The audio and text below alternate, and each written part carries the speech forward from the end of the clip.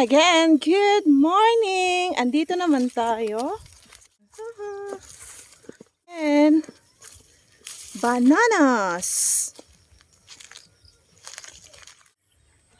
Tapos, ito naman tayo guys. Source of water. Tapos, mayroon ditong pichay si Madir. Look, yung pichay is mataba din. Kunti na lang. So, kailangan magtanim ng pichay is abundant ng water. Because pichay needs a lot of water in order to grow. Wow! Mabuti na lang nakabutas tayo.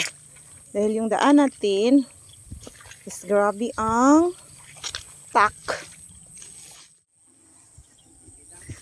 So, andito na tayo guys. Andito na tayo.